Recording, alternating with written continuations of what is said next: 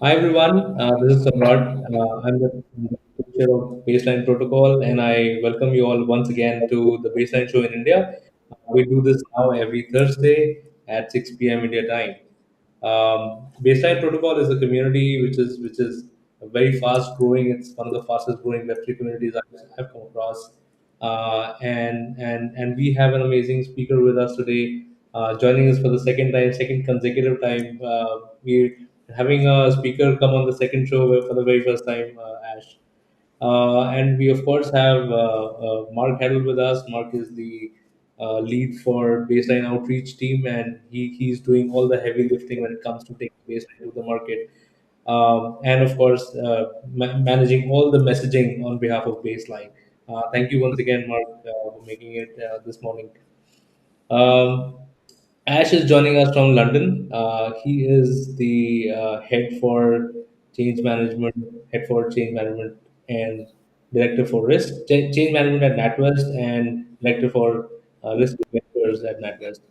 So he's wearing multiple hats, and I'm sure that's a crown with some thorns in it. So today we're going to be talking with Ash about risk management in banking, and we're not going to making it very boring, but we're going to be making it very interesting by talking about how technology is augmenting the risk function in banking, and how the multi-party workflows play out in the real world, how data silos are actually posing some threats and some challenges, and how the banks currently are mitigating all those.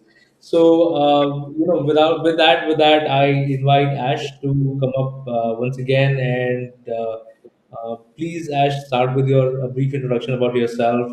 You also do a fantastic podcast. I would like to also let our viewers know who are watching us today or in future that you also run a podcast. So I would let you talk a little about that podcast as well, and then maybe talk a little about today's subject, where we talk about risk management in banks and how you dealing with it every day. Over to you. Right, and thanks, Samrat. And you've asked me back, which means I must have said something right last week. So thank you for doing that. So a little bit about myself. So as you mentioned, I work in risk, and I primarily work in a operational risk element of NatWest. And as you said, kind of multiple hats. Main hat is transformation and change, but looking at that through all sorts of lenses. Cyber, data, resilience. It kind of change is one of those things that encompasses multiple risk stripes. And as all kind of industries, banking is using change to transform where it is today into what it wants to get to. So my job is to kind of oversee how that's all done in a large, complex bank, which can be quite interesting and challenging. And I just said the kind of director of risk for ventures is another kind of slightly different but interesting role. So that's a pan risk role. So it means I look after the conduct element, the credit, the structure risk. And again, that's in the world of innovation and fintech, which is, as you guys know, very, very fast moving. Yeah. So that's kind of my day job. And yeah, thanks for the plug. So the Atlas Dialogue is a podcast I run with a good friend of mine, South. And essentially, it came about because I get lots and lots of emails and messages on LinkedIn, kind of looking for advice, guidance, just input sometimes. And so we decided to kind of come up with a podcast that helps people with how do you manage a corporate career through to interesting subjects like, what is the metaverse and what's an NFT and how does it work? And it's quite a kind of relaxed podcast where we just have a bit of a chat about these subjects. So if you get a second, have a listen. And in terms of kind of today's subject, risk's one of these things which, if we think about where risk management was 15, 20 years ago, it was non-existent. I can see Mark nodding away. I mean, risk management used to be pretty much credit risk. And most banks used to just kind of worry about credit and, what am I lending, who am I lending to? And then suddenly, operational risk kind of came along, 10, 15 years ago, and conduct came. You'll all have seen and heard in the UK, especially, PPI, which is, payment insurance, was a big concern. I think the total fines so far, I think it's close to 100 billion now in the UK market. Right. you've got conduct. We all know from the credit crunch, there was a whole load of conduct issues around, mis-selling, whether it's CDOs or mortgage-backed products, and we know the fines in the US and other parts of the world are in the hundreds and hundreds of billions of dollars and pounds. And then, in the last sort of 10 years, suddenly we've kind of evolved into security being a massive concern for banks, as people suddenly realize cyber is a threat, and it's a real threat, and it can not only stop you operating, but you lose other things, data being one of them. We talked about data last week. Data is a massive thing, partly because one, banks like everybody else need to protect it, but also data is a huge tool to prevent risks if you use it well. So it's kind of risk in itself has kind of had to evolve as the industry evolves. And if I was to kind of draw like an exponential graph, we're really kind of spiking up now in terms of how industry is changing. And when you look at the fintechs over the last 5 years, accelerated the digital market. And so suddenly, we're not seeing customers face to face. We're not verifying customers face to face. It's all who are you and Face ID and biometrics.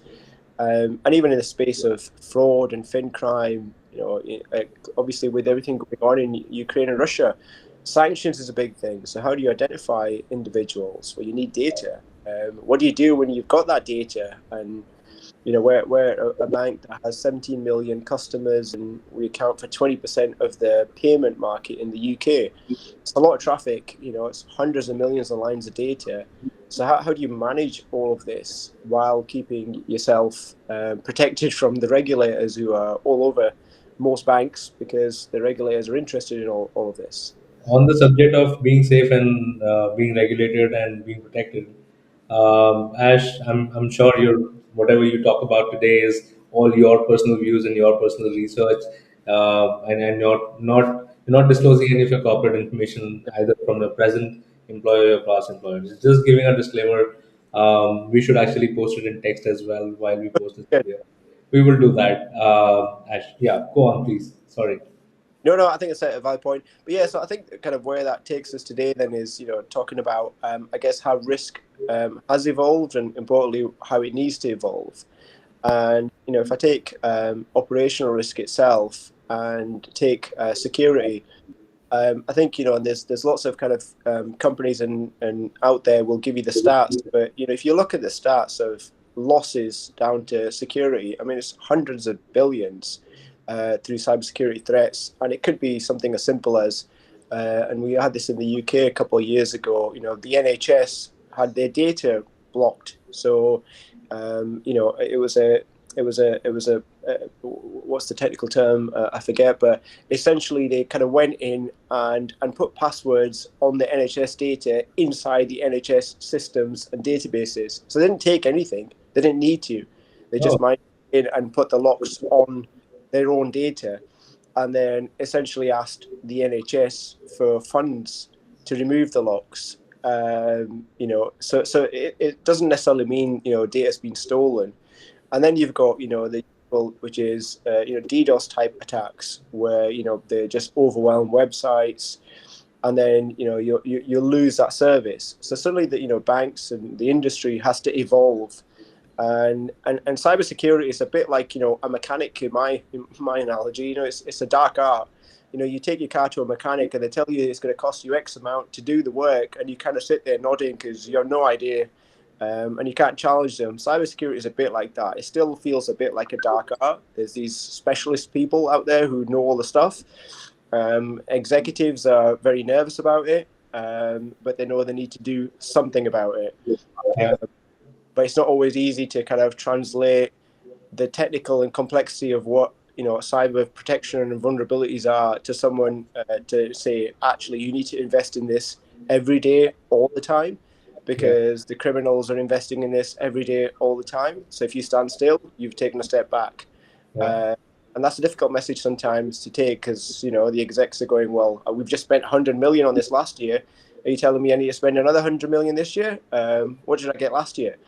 And the short answer is, well, Yeah. So I'm glad that the number of these executives is increasing by the day, and especially with Ryan, other ransomware attacks and today's Okta news. I'm glad that people are actually becoming cognizant of the fact, or so I believe. I don't know. But you're right. With your analogy of executives believing that I just spent this much money.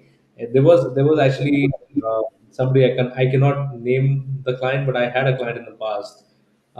They were largest healthcare brands, probably in the world, and they asked me a very similar. So I was making a presentation to the board after the audit, and we had also put financial numbers with all our findings, and we were talking about findings. And oh, you know what, this is going to cost you if this gets exploited. It's going to cost you stuff like that. And eventually, somebody turns to me and says, "Oh, you mean to say our systems, just over a period of time, sitting doing nothing different, have become vulnerable?" Without even doing anything. Yeah, of course, it's become vulnerable because the world outside the system is smarter, and your threat surface area it's increasing by the day with with your integrations with your partners coming in with your systems getting exposed to your consumers. And I know Mark would have some views on this as well because he's got a very strong background in healthcare. And I think it's good that all three of us got together on this call because I think we all have some risk management background. Yeah. Well, and anything, it's interesting that I'm seeing is just the difference in the mindset of the buyers, because I was quoting and underwriting these data breach and cyber risk, cyber liability insurance programs. This is about 8 or 10 years ago, and how the mindset has changed because I was, doing quotes on this, and there weren't a lot of other brokers that were doing it. And this was in the wake of some high-profile data breaches, such as Target and Need Data Central and Home Depot. And it took us about a month to 45 days to put together the submission to actually go and get everything that an underwriter would need to effectively price this according to the exposure. We wanted to find out, about their IT architecture, how thick and high are the walls, how resilient is the architecture, and really, what would it take to get them back to where to before it actually happened. Hmm. Not really. And I'm getting it. And at the time, no one bought it. My hit ratio on my team was 23%. We were binding less than one out of every four that we.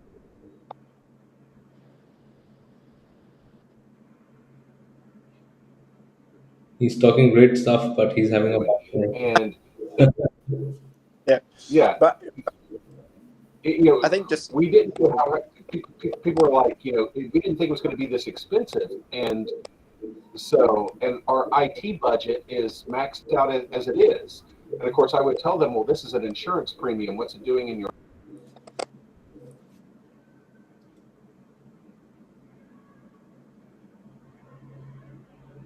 IT budget? Did I get Right. better?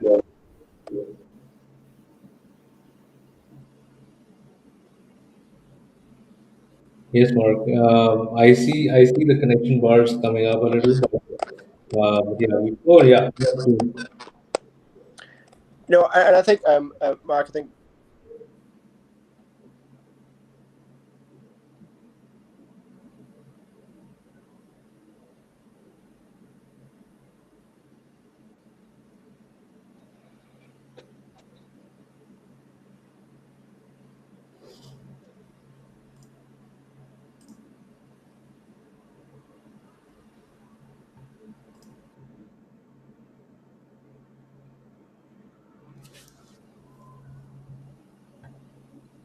I can't hear Ash. Yeah, I can't hear him too. I was just waiting for him to come back. Ash, we cannot hear you.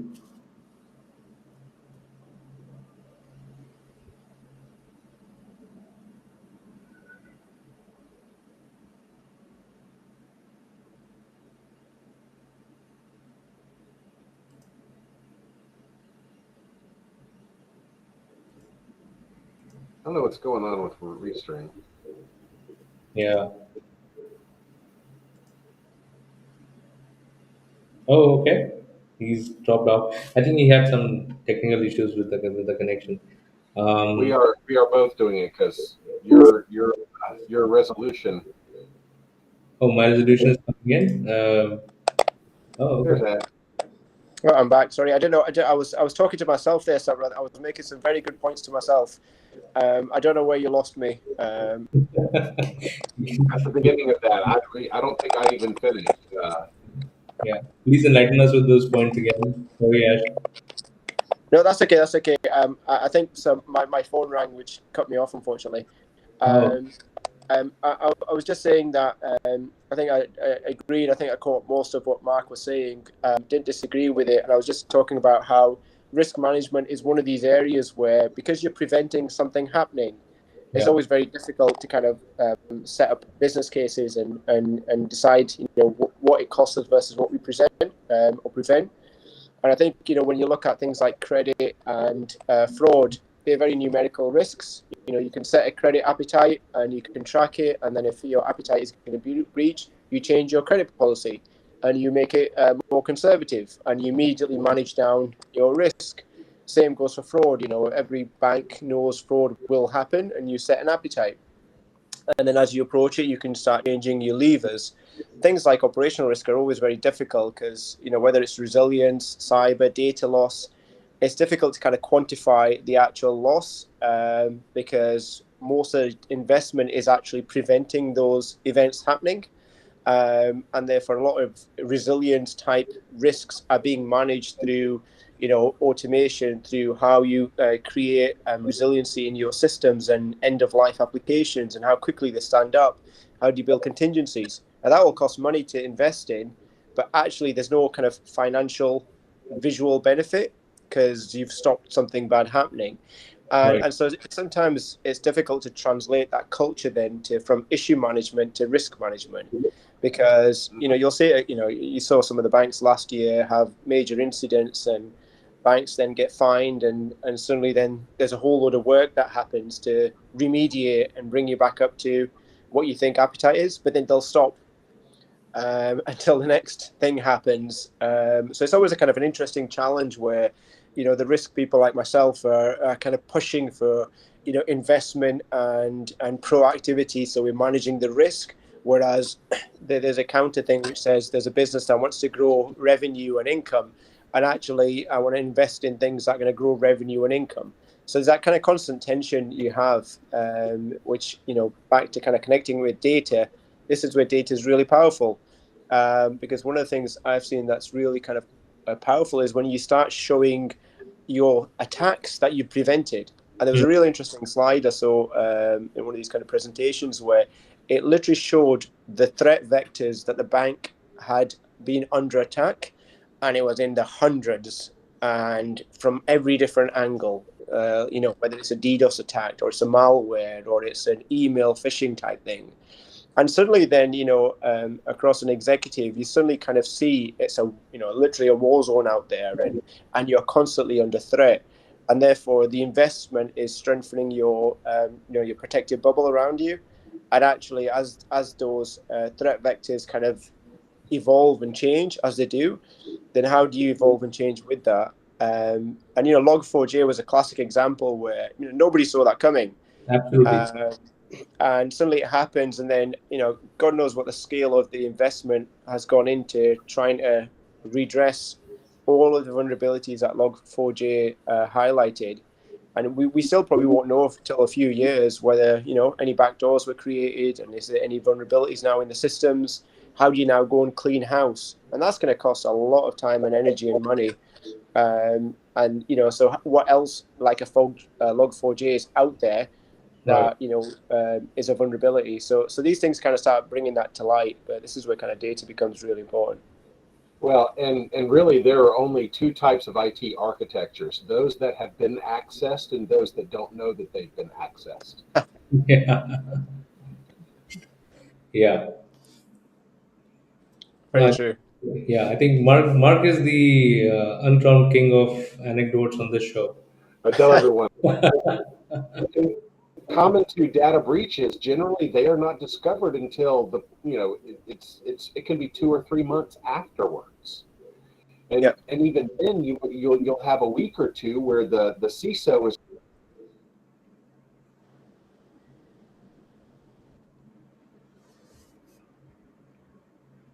going, okay, what do I do? Because the CISO is always the chief information security officer is always the throat choke when something goes wrong.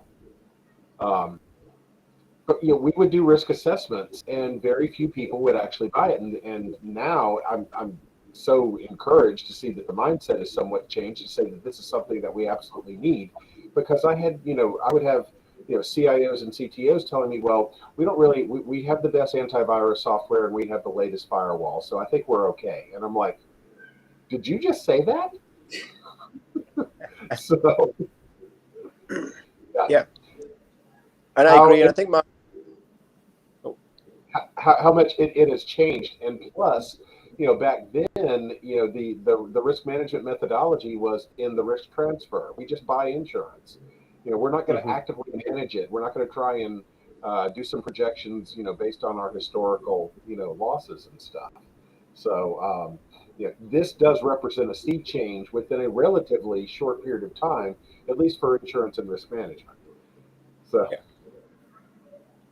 Yeah, no, I completely agree, and I think you start seeing kind of the industry starting to kind of evolve in this space, because you're quite right. Historically it would have been, have I renewed my malware license, and that was about as far as it went. Now you've got kind of red hatting and white hatting and all sorts of kind of things being done, and slowly kind of the evolution, and certainly in the kind of in the UK, you now have regulators who are very keen to understand who are your CISOs. Yeah. uh, what's does their team look like? What's their qualifications? What's their justification for being a CISO? Right. What's the knowledge at the executive level for this stuff? So they're really kind of trying to get underneath that. And I know, Mark, in the States, these are minimum requirements, in terms of, and the UK hasn't quite got to its regulated, but it's getting there. And it makes sense, because it's the thing that breaks existential risks for banks. If you have a material data breach right now, because it's the regulators have no patience for it. no. And I'm really glad to see that at least that this type of framework has been put together. I mean, that there's at least somebody saying, hey, you really need to get this. Because before it was almost seen as a premium type, really almost overkill. We Mhm. don't really need this. We have the best firewalls. We have the best CISO in the world and stuff. And I'm like, you need to have this insurance anyway. You are dedicated to risk management and every other asset of your business. But when it comes to your data security, mainly because take a look at the data that you're sitting on. Not only is it going to be um, just competitive information, you've got a lot of really sensitive data when it comes to employees that is Right. going to put under the jurisdiction of FICA and ERISA. These are U.S. based legal terms, but you have sensitive data, identifiable data, very actionable data of your employees, of Right. your counterparties, that you have to have custody of on your books and stuff, and you have the duty to secure that. Right. And so people are saying, okay, and they said, well, I did everything that I could, and I'm like, well, it still got breached. So, and we of course had to use war stories and claim stories and use cases to say this is what happened. Yeah. It basically shut down. There was a DDoS attack, and it shut down your entire back end for 1 week. How long would it take, for you to fully get back up and running? And it generally is going to take 30 to 45 days, even under ideal Yeah. Right. But in terms of conditions. cyber insurance, I think it's always a choice, and people choose to ignore. Yeah, Yeah. yeah, yeah. And, And yeah. then the Go ahead. I would say then the definitions, really within risk management had to be fully fleshed out because, a lot of times it was, magnetic media or a thumb drive. Yeah. You'll say, Yeah, well, I lost that thumb drive, a new thumb drive. And they're like, I don't care about the device itself. I want the info on it. Oh, that's a different story. And what is the cost of actually recovering and then restoring that type of data? Yeah. agree. And I think it's spot on. And Because then you're going Right. Uh, sorry, Mark. yeah, I Uh, just uh, sorry. There's no, some so we speak over each other, but just bringing in a small aspect here. So since we're talking about tech risk, Ash, what are your views on tech risk for emerging tech? So let's say the new technology is being introduced into the bank, either for augmenting the existing operations or offering more services by increasing the tech capability overall. There's also technical debt which the bank already has, yeah. which you're working with. So, what are your views on tech risk management for emerging tech, introducing new technology into into a well-oiled machine?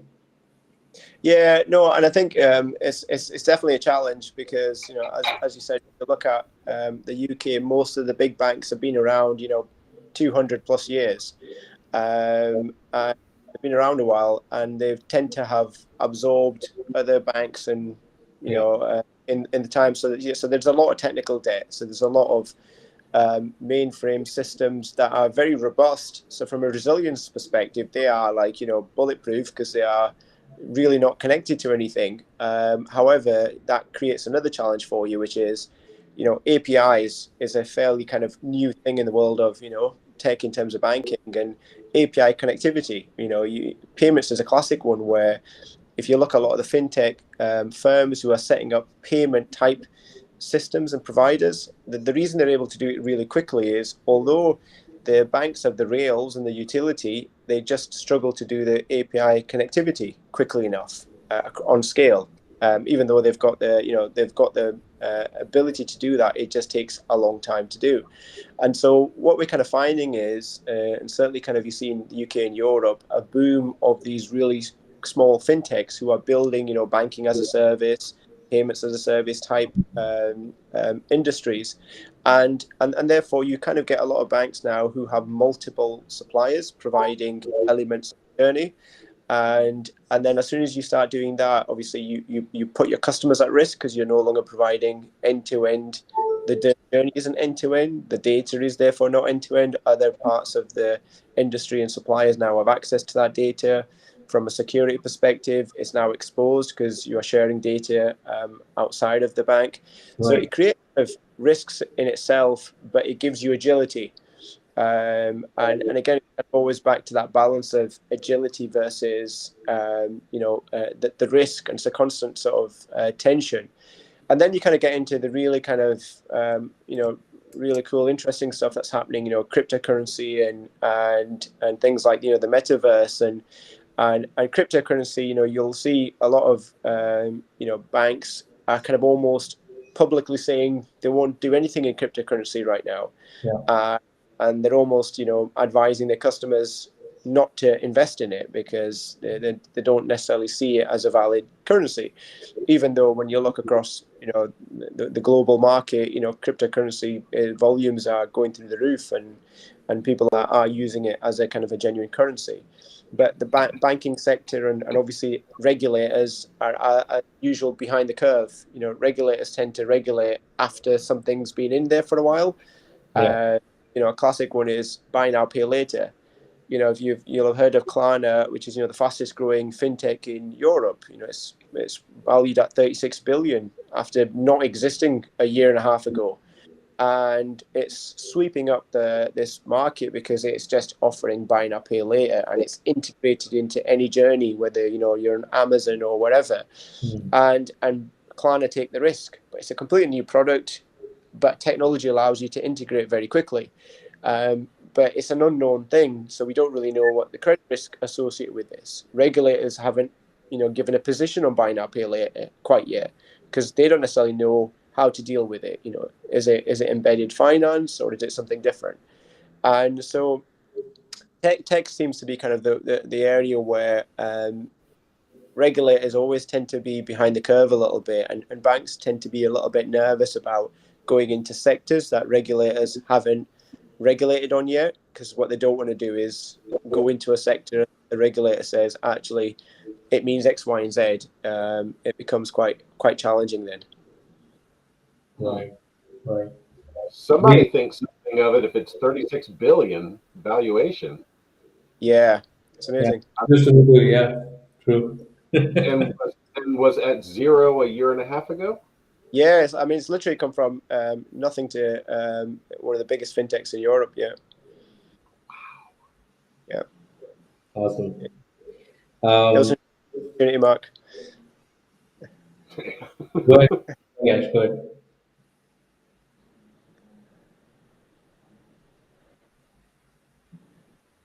Ash, go ahead. There's some like, yeah, Apologies. No, and I think the other bit, is probably just around.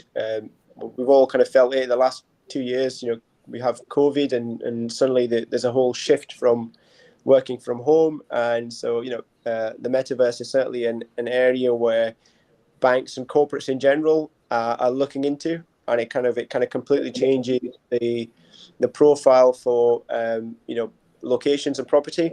If you look at most banks, if you look at Canary Wharf in London, most of those buildings are big banks, yeah, and they are big buildings, very expensive to operate, run, and everything else, and most of them are half empty at the moment. And obviously, as that culture shifts, then banks need to kind of keep up with that technology. So how do you create your own property in the metaverse? Where do you get the knowledge and capability to do that? How do you make that secure?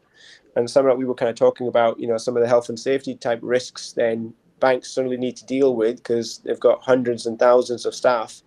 And again, we don't there's no real health policy right now for metaverse or virtual reality. There's no legislation for it. So if someone decides that they've been forced to operate in a metaverse for X number of time and they didn't enjoy it and it's created mental health issues for them, where's the legislation on that? What's your data in the metaverse? If I go in there with some virtual papers and my screen is virtually up in my virtual office and someone walks in isn't really a member of the bank, how do we validate that person? yeah, Identity theft just becomes a whole different challenge. And suddenly you kind of go, all of the challenges we face in the physical world, they're represented in the virtual world, but probably more complicated and less easy because, if I run into Mark in the office in Gogaburn, I know what Mark looks like, sounds like, talks like, walks like, so I'll know that's definitely Mark. But in the metaverse, it could be someone completely different that sounds and looks like Mark, but isn't really Mark. So kind of it's a whole different challenge, which I think banks and I would say most corporates are struggling with right now hmm, because they've probably lost 30 to 40% of their staff who are now probably permanent work from home. And those are big numbers. And one of the industries, when I was doing the research for one of the podcast episodes, is the sort of industry really struggling because creative industries and marketing departments, they tend to enjoy a face-to-face interaction to yeah, generate ideas and thought. And actually, not having that and Zoom doesn't really support that. So actually, you need to do something like the metaverse. yeah, Um, and I don't know if you've heard of Gymshark, but again, Gymshark is a UK unicorn. The guy's still in his 20s, and his company's worth over 1 billion, and he's got his offices in the metaverse. So he's got an actual full set of offices, and he has his meetings there, and people walk in and out of idea rooms yeah, and go in and walk in and generate some have a discussion. So there's kind of parts of the industry that are really accelerating ahead of regulation, but again, banks tend to take the safe approach for obvious reasons because the regulators seem to have less patience with banks. yeah. But it's a constant challenge we face. Right, right. No, some very interesting perspective, Ash. Thank you so much for introducing us to some new concepts and revisiting some concepts which I'm sure a lot of bankers would have known already. We had the innovation head of a bank in India, DCB Bank, Mr. Prasanna Lohar. He's a pretty known name in the blockchain community. We had him in one of the initial episodes, and in fact, he also spoke a lot about the way blockchain projects were first looked at by banks, and the way sort of it grew on them. Over a period of time, it sort of appeared that this is the place to be, and now I think the same shift is happening with metaverse. Um, so yeah, kudos to those thoughts, and I'm glad that we're all talking about these matters at the right time.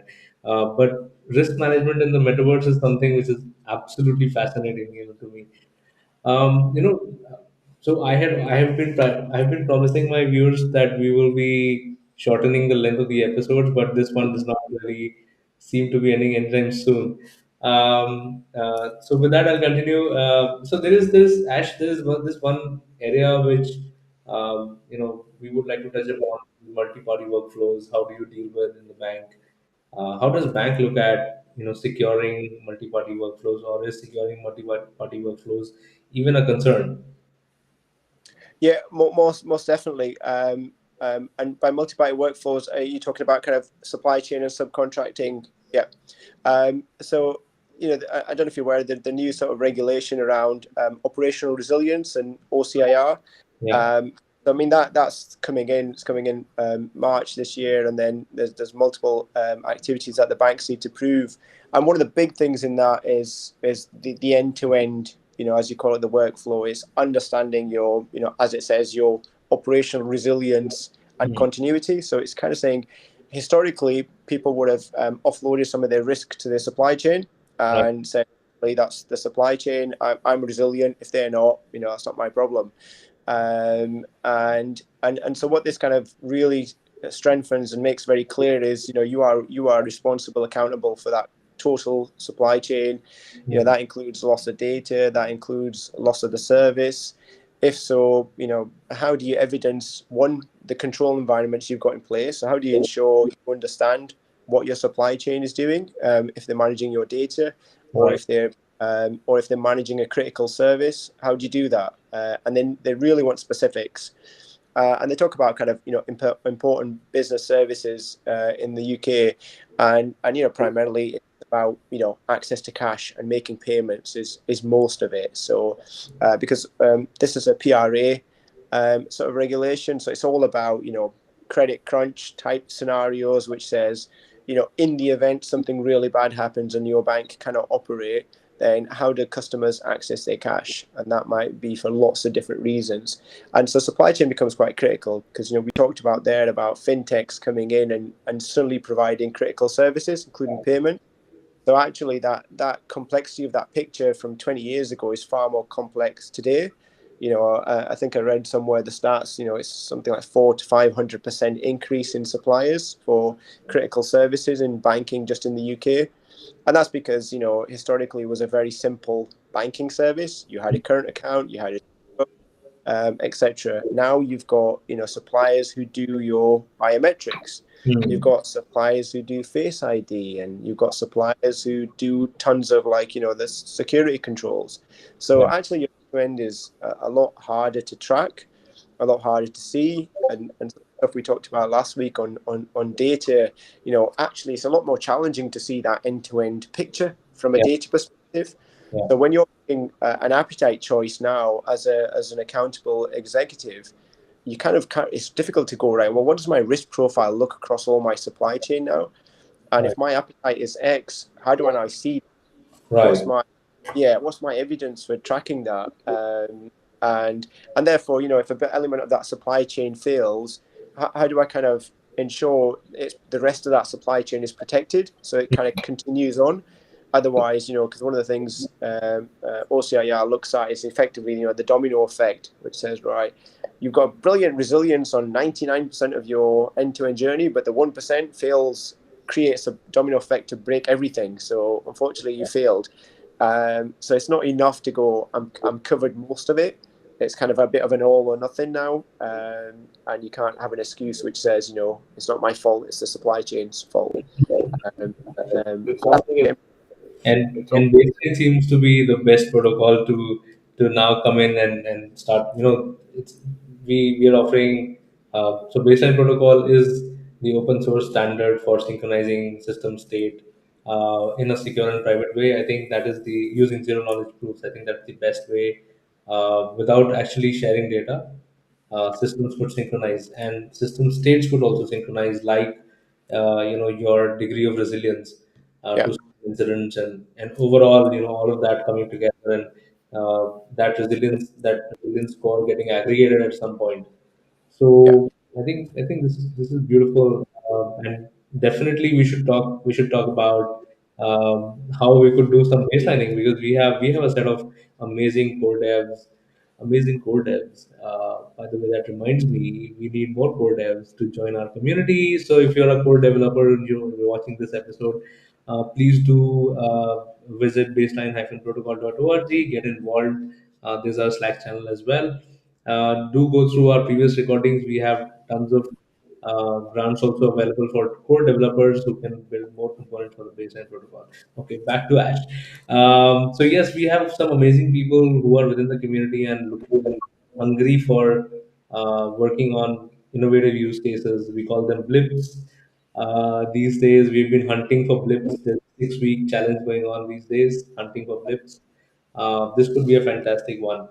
Um, so yeah. Coming back to the multi-party and securing these, I'm glad that you brought this up, and it's also sort of reinforcing our thought process, where if the regulator is bringing something in like that, then it also sort of opens up our um, adoption path, I would say. It's. I mean, we've been, Mark and I, we've been doing this show since many months, and we talk to people from various industries. It may be, as you were saying, it may be discretionary expense for some people, but for some people, it has to be a regulatory sort of expense, and yeah, it's fitting in very well. Last but not the least, when you're thinking about the risk at an enterprise level, what roles or what challenges do data silos pose, and how do you deal with that? yeah. I mean, oof, it's a big one. I think the the probably biggest challenge is data, because if we think about a bank's got multiple franchises who offer multiple products in multiple jurisdictions with multiple risks against them, and then we're asking kind of individuals at SMF to make decisions upon them. And you then have multiple systems. You have risk systems which track risks. You've got credit risk systems. You've then got things like ServiceNow, which tracks your applications, and then you've got biz design where your process maps are. So usually the biggest challenge is, how do you get all of them articulated in an informed manner to let someone make an appetite choice, and then how do you measure that? And that includes your control environment. So takes cybersecurity as a classic one, where what you don't want to do is kind of overwhelm people to say you've got hundreds of vulnerabilities and they're all over here and everyone has a panic and nothing happens. Whereas if you could understand, I always talk about kind of the pyramid, at the bottom, there's a million and one things to do in a bank. There's always something to fix. It's a bit like, your home. There's always some DIY to do, and there's some paint to do and all the rest of it. But we'd be here all day long if we did that. And then you look up here and you go, right, well, what's the systemic themes here that we could address? And how do we get an indicator of how we're performing against those systemic themes? And it may well be, that from a DDoS attack, right? So what's our exposure across franchise, function, legal entity for a DDoS attack? What Yeah, does our control environment look like today? I.e., we're protected against 98% of our control of our attacks 98% of the time. Right, okay, now translate for me that into a numerical figure. That means we might lose 5 days of business a year, or X million pounds worth of income. yeah, And then you can start getting senior people to start making decisions. So that's what I always find about risk management, because people tend to kind of talk about the detail too much, yeah, and then you have too much. and you have too much noise, and it's a classic, you can't see the wood for the trees. So how do you lift that up into materiality? What's the material things that if I had X amount of money, X amount of resource, X amount of bandwidth, what's the thing I should go and invest in? Right. Because at the moment you're telling me 100 things, and it's difficult for me to know which of those 100 are the most material.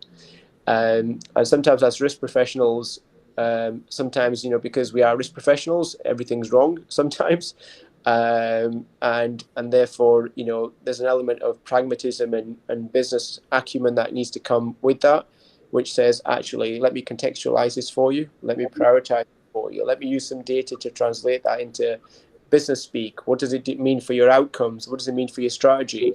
Actually, that's the thing you should be spending your energy on. Right. That for me is the biggest challenge, because otherwise you just kind of get nothing done, or energy is spent on areas that probably shouldn't be, because it's not the most material things we should be spending our energy on. But it's easier said than done, because like you said about data is available, but it's in a million and one different places, in a million and one different formats, Yeah. uh, and it's how you lift it up to a senior level to allow them to make a decision is tricky. Awesome. Awesome. I think it's overwhelming. If for the lack of a better word, I would say, Ash, the amount of knowledge that we've exchanged over this call. Thank you so much once again for all the perspectives that you shared today. Any closing thoughts that you have for us and for the viewers?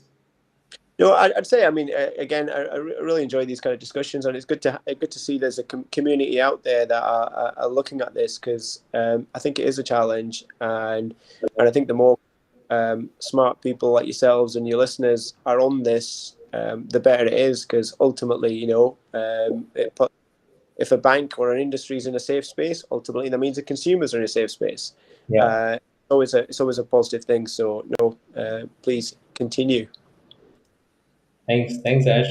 For those of you who are listening to us, please join the community baselinehygiene You'll get all the docs. They've been beautifully done now, so you will get all the docs there. The website has also been done recently, although it's been 2 months now. Yeah, ages in the blockchain world.